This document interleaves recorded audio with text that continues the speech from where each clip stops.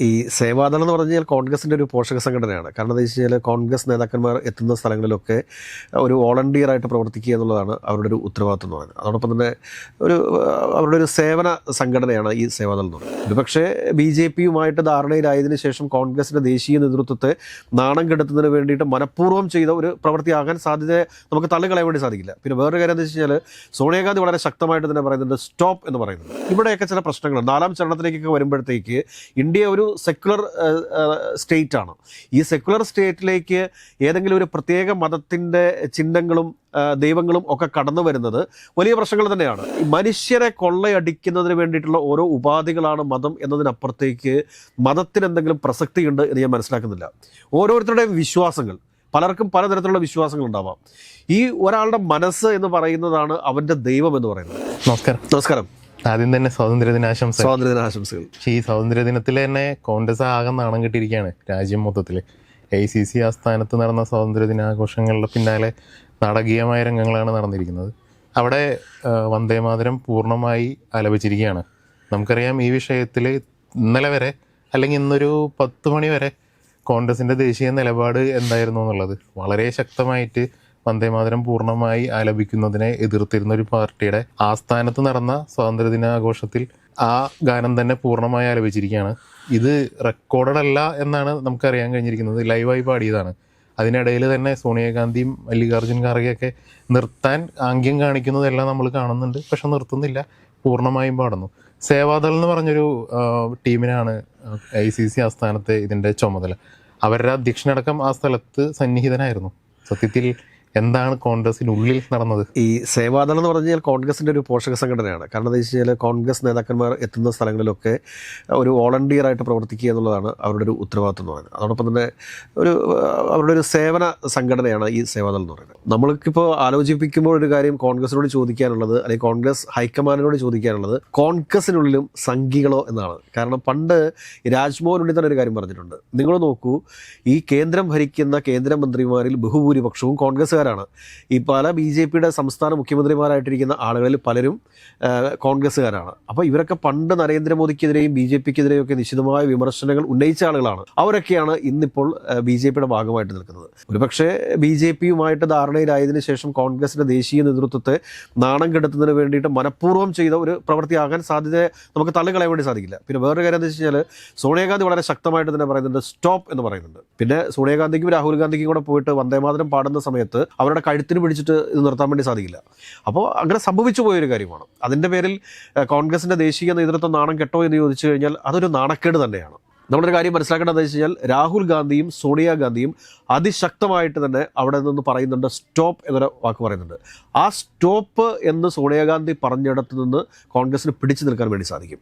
എന്നാൽ ഈ സേവാദൾ ആയിക്കൊള്ളട്ടെ, ഏത് പോഷക സംഘടന ആയിക്കൊള്ളട്ടെ, അവിടെ അങ്ങനെ വന്ദേമാതരം പൂർണ്ണമായിട്ട് പാടിയിട്ടുണ്ട് എന്നുണ്ടെങ്കിൽ തീർച്ചയായിട്ടും അതിനെതിരെ കർശനമായിട്ടുള്ള നടപടി എടുക്കേണ്ടത് തന്നെയാണ്. നമ്മുടെ ദേശീയ ഗാനവുമുണ്ട്, ദേശീയ ഗീതവുമുണ്ട്. ജനഗണമന നമ്മുടെ ദേശീയ ഗാനമാണെങ്കിൽ ദേശീയ ഗീതമാണ് വന്ദേമാതരം എന്ന് പറയുന്നത്. വന്ദേമാതരം സ്വാഭാവികമായിട്ടും ഇപ്പോൾ ഈ BJP ഇപ്പോൾ ആലപിക്കുന്നു എന്ന് മാത്രമേ ഉള്ളൂ. ഇത് നേരത്തെ AICC മീറ്റിങ്ങുകൾ നടക്കുന്ന സമയത്തൊക്കെ വന്ദേമാതരം അവിടെ ആലപിക്കുമായിരുന്നു.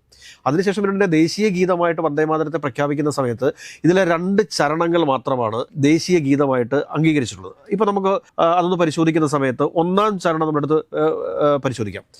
വന്ദേമാതരം അതിൻ്റെ അർത്ഥം എന്താണെന്ന് ചോദിച്ചു കഴിഞ്ഞാൽ, അമ്മയായ മാതൃഭൂമിയെ ഞാൻ വണങ്ങുന്നു. സുജലം, ധാരാളം ശുദ്ധജലമുള്ള നാട്. സുഫലം, സമൃദ്ധമായ വിളവുകൾ നൽകുന്ന ഫലഭൂഷ്ടമായ നാട്. മലേജ ശീതളം, മലകളിൽ നിന്ന് വീശുന്ന ചന്ദ്രസുഗന്ധമുള്ള ശീതളക്കാറ്റുള്ള നാട്. സസ്യ ശ്യാമള മാതരം, പച്ചപിടിച്ച നിലവേലുകളും സമൃദ്ധമായ കൃഷിയിടങ്ങളും നിറഞ്ഞ മാതൃഭൂമി. പിന്നെ 2-ാം ചരണത്തിലേക്ക് വരുമ്പോഴത്തേക്ക് ശുഭ്ര ജ്യോത്സ്ന പുളകിത യാമിനി, നിലാവൊളിയിൽ തിളങ്ങി നിൽക്കുന്ന മനോഹരമായ രാത്രികൾ. ഫുളകുസുമിത ദ്രുമദള ശോഭിനി, പൂക്കൾ നിറഞ്ഞ മരങ്ങളും ചെടികളും കൊണ്ട് അലങ്കരിക്കപ്പെടുന്ന നാട്. സുഹാസിനി, പുഞ്ചിരിക്കുന്ന അമ്മയെപ്പോലെ സ്നേഹപൂർവമായ മാതൃഭൂമി. സുമധുര ഭാഷിണി, മധുരമായി സംസാരിക്കുന്ന ജനങ്ങളുള്ള നാട്. സുഗതാം, സന്തോഷവും സമാധാനവും നൽകുന്ന മാതൃഭൂമി. വരദാം മാതരം, അനുഗ്രഹങ്ങളും ഐശ്വര്യവും നൽകുന്ന മാതൃഭൂമിയെ ഞാൻ വണങ്ങുന്നു. ഈ 2 ചരണങ്ങളാണ് ശരിക്കും പറഞ്ഞു കഴിഞ്ഞാൽ ദേശീയ ഗീതമായിട്ട് നമ്മുടെ ഭരണഘടന അംഗീകരിച്ചിട്ടുള്ളത്. ഇവിടെ വരെ കുഴപ്പമില്ല.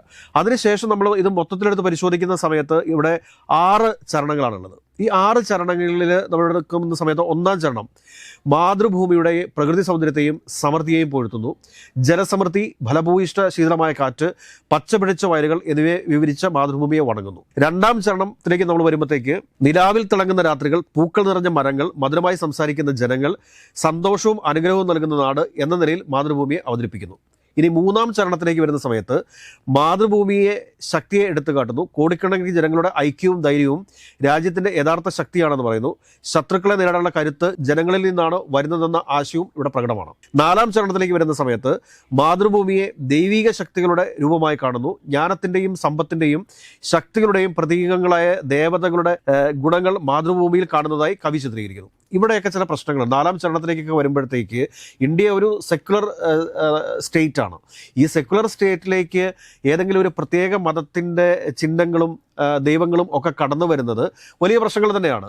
അത് മറ്റുള്ളവരുടെ ഒരു സെക്യൂരിറ്റിയെ തന്നെ അല്ലെങ്കിൽ സുരക്ഷിതത്വ ബോധത്തിന് തന്നെ കോട്ടം തട്ടുന്ന രീതിയിലുള്ള ഒരു വരികളാണ് ഇതെന്ന് പറയേണ്ടി വരും. കാരണം ഇന്ത്യ എന്ന കോൺസെപ്റ്റിനെ കുറിച്ച് തന്നെ നമ്മൾ ചിന്തിക്കേണ്ടതുണ്ട്. അത് യൂണിറ്റി ഇൻ ഡൈവേഴ്സിറ്റിയാണ്. വിവിധ സംസ്കാരങ്ങൾ, വിവിധ ആചാരങ്ങൾ, വിവിധ മതങ്ങൾ, വിവിധ ഭാഷകൾ, ഇതൊക്കെ കൂടിച്ചേർന്നതാണ് നമ്മുടെ ഇന്ത്യ എന്ന് പറയുന്നത്. അപ്പോൾ അവിടേക്ക് ഒന്ന് മാത്രം പ്രൊമോട്ട് ചെയ്യപ്പെടുന്ന സമയത്ത് അല്ലെങ്കിൽ ഒന്നിനെ മാത്രം എടുത്തിടുന്ന സമയത്ത് അത് വലിയ ഒരു പ്രശ്നം തന്നെയാണ്. അത് വലിയൊരു വർഗീയത തന്നെയാണ് എന്ന് നമുക്ക് പറയാതിരിക്കാൻ വേണ്ടി സാധിക്കില്ല. ഇനി 5-ാം ചരണം മാതൃഭൂമിയുടെ ശക്തിയും സ്നേഹവും കൂടുതൽ ആഴത്തിൽ പ്രകടിപ്പിക്കുന്നു. സ്വന്തം ജീവനും സമർപ്പിക്കാൻ തയ്യാറുള്ള പുത്രന്മാരുടെ വികാരമാണ് ഈ ചരണത്തിന്റെ പ്രമേയം. ഗാനത്തിന്റെ അവസാന ഭാഗം മാതൃഭൂമിയോടുള്ള പൂർണ്ണമായ ആദരവും കൃതജ്ഞതയും വീണ്ടും ആവർത്തിക്കുന്നു. രാജ്യം സമൃദ്ധവും ശക്തവുമായിരിക്കട്ടെ എന്നും അതിനെ എന്നും വണങ്ങുമെന്നുമാണ് സന്ദേശം. അപ്പോൾ ഇതിനകത്ത് വരുമ്പോൾ 4-ാം ചരണം മാത്രമാണ് ഇതിനകത്തൊരു കോംപ്ലിക്കേഷനായിട്ട് നമുക്ക് ഫീൽ ചെയ്യുന്നത്. മാതൃഭൂമിയെ ദൈവിക ശക്തികളുടെ രൂപമായി കാണുന്നു. ജ്ഞാനത്തിൻ്റെയും സമ്പത്തിൻ്റെയും ശക്തിയുടെയും പ്രതീകങ്ങളായ ദേവതകളുടെ ഗുണങ്ങൾ മാതൃഭൂമിയിൽ കാണുന്നതായി കവി ചിത്രീകരിക്കുന്നു. ഇവിടെയാണ് ഇതിനകത്ത് ഉള്ള ഒരു പ്രശ്നമുള്ളത്. അപ്പോൾ ഇതൊക്കെ എന്താണ് എന്ന് ചോദിച്ചു കഴിഞ്ഞാൽ ഇന്ത്യയിലെ മുഴുവൻ ജനങ്ങളുടെയും സർക്കാരാണ് കേന്ദ്രം ഭരിക്കുന്നത് എന്നുള്ളൊരു ധാരണ ആർക്കുണ്ടാവണം? ഭരിക്കുന്ന ഭരണകർത്താക്കൾക്ക് ഉണ്ടാവണം. കാരണം ഞാൻ പറയട്ടെ, ഈ മതം എന്ന് പറയുന്നത് ഈ മനുഷ്യ നിർമ്മിതിയിൽ ഏറ്റവും വലിയൊരു കണ്ടുപിടുത്തമാണ് ഈ മതം എന്ന് പറയുന്നത്. ഈ ലോകത്ത് ഈ മതം ഉള്ളത് കൊണ്ട് തന്നെയാണ് പലപ്പോഴും രാജ്യങ്ങളുടെ തന്നെ വികസനം മുരടിച്ചു പോകുന്നത് എന്നുള്ളൊരു യാഥാർത്ഥ്യമല്ലേ? ഇപ്പോൾ ഇന്ത്യയും പാകിസ്ഥാനും തമ്മിലുള്ള യുദ്ധം എന്തിൻ്റെ പേരിലുള്ളതാണത്? പലപ്പോഴും 2 മതങ്ങൾ. അവർ പറയുന്നത് വിശുദ്ധ യുദ്ധം എന്നാണ് പറയുന്നത്. എന്ത് വിശുദ്ധ യുദ്ധം? ഈ ലോകത്തേക്ക് മനുഷ്യൻ വരുന്നു. മനുഷ്യൻ വന്നതിന് ശേഷം ഇവിടെ അവന് സന്തോഷകരമായിട്ട് സമാധാനപരമായിട്ടും ജീവിക്കാൻ സാധിക്കാതെ പരസ്പരം പോരാടി മരിച്ച് പോകേണ്ടി വരുന്നൊരവസ്ഥയില്ലേ? ആ അവസ്ഥയെ ജനങ്ങൾ തിരിച്ചറിയണ്ടേ? മതം ഈ നാട്ടിൽ എന്തെങ്കിലും നേട്ടങ്ങൾ കൊണ്ടുവന്നിട്ടുണ്ടോ? മതങ്ങൾ കൊണ്ടുവന്നിട്ടുള്ളത് ഒക്കെ എന്താ വെച്ചാൽ വർഗീയത മാത്രമാണ്. എന്നാൽ എല്ലാവർക്കും മതമില്ലേ? മതമല്ല ഇവിടെ ജാതികളെയൊക്കെ സൃഷ്ടിച്ചിട്ടുള്ളത്. ഈ മനുഷ്യരെ കൊള്ളയടിക്കുന്നതിന് വേണ്ടിയിട്ടുള്ള ഓരോ ഉപാധികളാണ് മതം എന്നതിനപ്പുറത്തേക്ക് മതത്തിന് എന്തെങ്കിലും പ്രസക്തിയുണ്ട് എന്ന് ഞാൻ മനസ്സിലാക്കുന്നില്ല. ഓരോരുത്തരുടെയും വിശ്വാസങ്ങൾ, പലർക്കും പലതരത്തിലുള്ള വിശ്വാസങ്ങൾ ഉണ്ടാവാം. ഈ ഒരാളുടെ മനസ്സ് എന്ന് പറയുന്നതാണ് അവൻ്റെ ദൈവം എന്ന് പറയുന്നത്. നമ്മുടെ മനസ്സും പ്രകൃതിയുമായിട്ട് ഇണങ്ങിക്കിടക്കുന്ന ഒരു കാര്യമാണ്. അപ്പോൾ ആ ഇണങ്ങിക്കിടക്കുന്നതിലൂടെയാണ് നമ്മുടെ ജീവിതവും മുമ്പോട്ട് പോയിക്കൊണ്ടിരിക്കുന്നത്. അത് എന്ന് മനുഷ്യൻ മനസ്സിലാക്കുന്നോ അന്നേ മനുഷ്യൻ രക്ഷപ്പെടത്തുള്ളൂ. കാരണം ലോകത്തുള്ള എല്ലാ മനുഷ്യരും ഓരോ മതത്തിൻ്റെ ഭാഗമാണെന്ന്. മതമില്ല എന്ന് പറയുന്ന ആളുകളും ഒരു മതമാണത്. മതമില്ല എന്ന് പറയുന്ന ആളുകളും ഒരു മതമാണ് എന്നതിനാണ് ഞാൻ കരുതുന്നത്. ഏതൊക്കെയായാലും ഇന്നിപ്പോൾ കർണാടക സർക്കാർ ഈ വന്ദേമാതരം പൂർണ്ണമായിട്ടും ആലപിച്ചിരിക്കുന്നു. കേരളത്തിൽ ഒഴിവാക്കി എന്നുകൂടി നമ്മൾ കേരളത്തിൽ ഒഴിവാക്കി. അത് വി.ഡി. സതീശൻ സർക്കാരിൻ്റെ ഒരു നിലപാട് എന്ന് നമുക്ക് പറയേണ്ടി വരും. പാടില്ല എന്ന് ഇന്നലത്തെ വാർത്താ സമ്മേളനത്തിൽ മുഖ്യമന്ത്രി പറഞ്ഞിരുന്നു. അത് കൃത്യമായിട്ട് അതേ രീതിയിൽ തന്നെ നടന്നു എന്ന് പറയുമ്പോഴത്തേക്ക് കേരളത്തിലുള്ള മതേതരവാദികൾക്ക് അതൊരാശ്വാസമാണ്. അല്ലെങ്കിൽ ഇവിടെയുള്ള ന്യൂനപക്ഷങ്ങൾക്ക് അതൊരാശ്വാസമാണ്. ഒരു ദേശീയ ഗീതം, ആ ദേശീയ ഗീതത്തിൽ നിന്ന് ഞാനീ പറഞ്ഞതുപോലെ 5-ാമത്തെ ചരണം എടുത്തു മാറ്റി അതിനെ ദേശീയ ഗീതമായിട്ട് നമ്മുടെ ഭരണഘടനയിൽ ഉൾപ്പെടുത്തിക്കൊള്ളട്ടെ, ആർക്കും ഒരു കുഴപ്പമില്ലല്ലോ. പക്ഷെ അതിനു മുമ്പ് തന്നെ അടിച്ചേൽപ്പിക്കാൻ ശ്രമിക്കുമ്പോൾ അല്ലെങ്കിൽ നിങ്ങളിത് പാടിയേ പറ്റൂ എന്ന് പറയുന്നത് അത് ജനങ്ങളോടുള്ള വെല്ലുവിളിയല്ലേ? ഈ രാജ്യത്തെ നിയമങ്ങൾ അനുസരിക്കാൻ ഓരോ മനുഷ്യനും ബാധ്യസ്ഥനാണ്. ഓരോ പൗരനും അവൻ്റെതായിട്ടുള്ള കടമകളുണ്ട്. ഈ രാജ്യത്തോടുള്ള കടമകളുണ്ട്. ആ കടമകൾ നിറവേറ്റേണ്ടതുണ്ട്. ഭരണഘടന അനുസരിച്ച് നമുക്കൊക്കെ ഇവിടെ ജീവിക്കാനായിട്ട് സാധിക്കത്തുള്ളൂ. പക്ഷേ ആ ഭരണഘടനയിൽ ഓരോ പൗരനും നൽകിയിട്ടുള്ള അവകാശങ്ങളെ ഹരിക്കുന്ന രീതിയിലേക്ക് സർക്കാർ, ഒരു ജനാധിപത്യ സർക്കാർ ഒരു തീരുമാനം എടുത്തു കഴിഞ്ഞാൽ അതിനെ അതിശക്തമായിട്ട് എതിർക്കേണ്ടതുണ്ട്. ഇന്ന് കർണാടക സർക്കാർ, അത് കോൺഗ്രസ് സർക്കാരാണ്, അതും DK ശിവകുമാർ, BJPക്കെതിരെ ഏറ്റവും കൂടുതൽ അതിശക്തമായിട്ട് പോരാടിയിട്ടുള്ള DK ശിവകുമാർ ഭരിക്കുന്ന കർണാടകയിൽ വന്ദേ മാതരം മുഴുവനായിട്ട് ആലപിച്ചു എന്ന് പറയുമ്പോൾ അത് നാണക്കേടല്ലേ?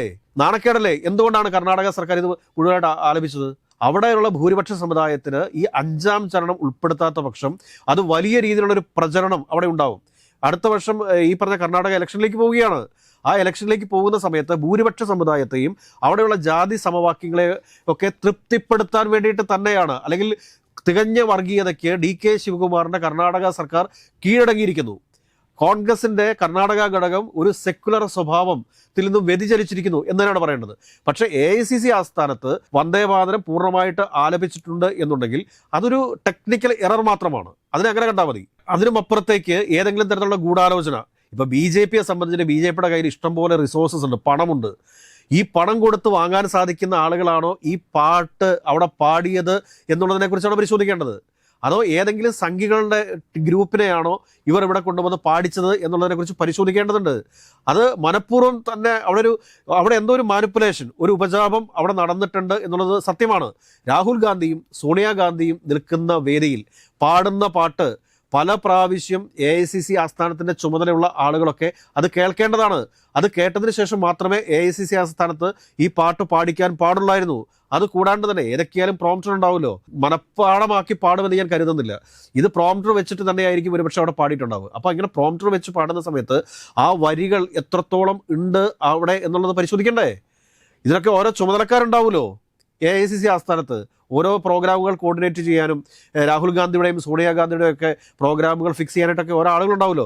അപ്പോൾ അതിനനുസരിച്ചിട്ട് ഈ ചുമതല ആർക്കാണോ നൽകിയിരുന്നത് ആ ചുമതലക്കാരൻ കോൺഗ്രസിനെ വെള്ളി നാണയങ്ങൾ വാങ്ങി ഒറ്റിക്കൊടുത്തിട്ടുണ്ടോ ചതിച്ചിട്ടുണ്ടോ എന്ന് പരിശോധിച്ച് അയാൾക്കെതിരെ കർശനമായ നടപടി എടുക്കണമെന്നേ. ഈ സേവാദൾ ഹെഡ് ശ്രീനിവാസിനെതിരെയാണ് ഇപ്പം ഒരു ആരോപണം ഇങ്ങനെ വരുന്നത്. കാരണം അദ്ദേഹവും ആ സമയത്ത് അവിടെ ഉണ്ടായിരുന്നു.